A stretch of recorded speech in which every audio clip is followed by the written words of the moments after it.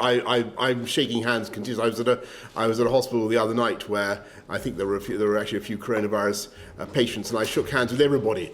You'll be pleased to know, and I continue to shake hands. Let me just on the handshaking. We were all given an instruction not to shake hands, and there's a good reason for not shaking hands, which is that the behavioural psychologists say if you don't shake somebody's hand, then that sends an important message to them about the importance of washing your hand. Measures that this country is, and I repeat my advice to the nation, which is to stay at home, protect our NHS and save lives.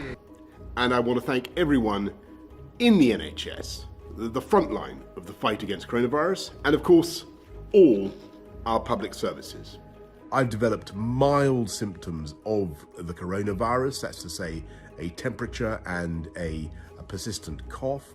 And on the advice of the Chief Medical Officer, I've taken a test that has come out positive. So I am working from home, I'm self-isolating.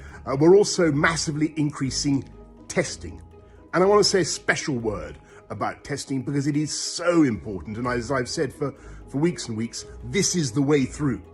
This is how we will unlock the coronavirus puzzle. This is how we will defeat it in the end. Okay, thanks NHS, thank you. Thanks all. And I've done my 7 days of isolation. Alas, I still have one of the symptoms, a minor symptom of, I still have a temperature, and so in accordance with government advice, I must continue my self-isolation until that symptom itself goes. The Prime Minister's been under the medical care of the team at St Thomas's Hospital.